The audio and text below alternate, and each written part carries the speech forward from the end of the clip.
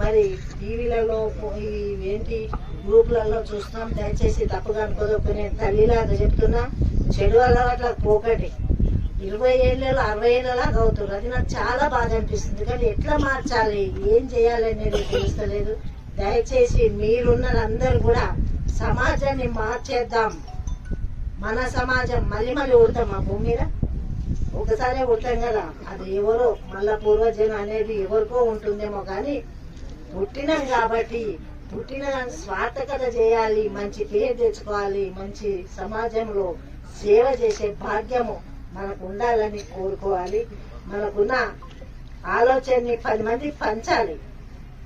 చేసే పని ఇది మంచిదా కాదా అడిగి తెలుసుకోవడం కూడా గొప్ప మంచి ఇది.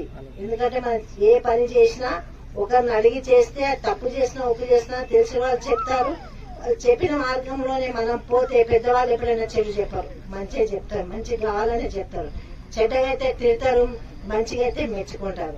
అంతేగాని పెద్దవాళ్ళ మన కక్ష ఉండదు, ఏమీ ఉండదు. ప్రతి ఒక్కరం కూడా ఒక సలహానో లేకపోతే అమ్మ నాన్న సలహానో తీసుకొని ముందుకెళ్లాలని కోరుకుంటూ, అలాగే క్రికెట్ అనేది మరి ఈ రోజుల్లో కూర్చొని చూసే వాళ్ళకి ఏముండదు, ఆడే వాళ్ళకే ఉంటది అసలు కదా.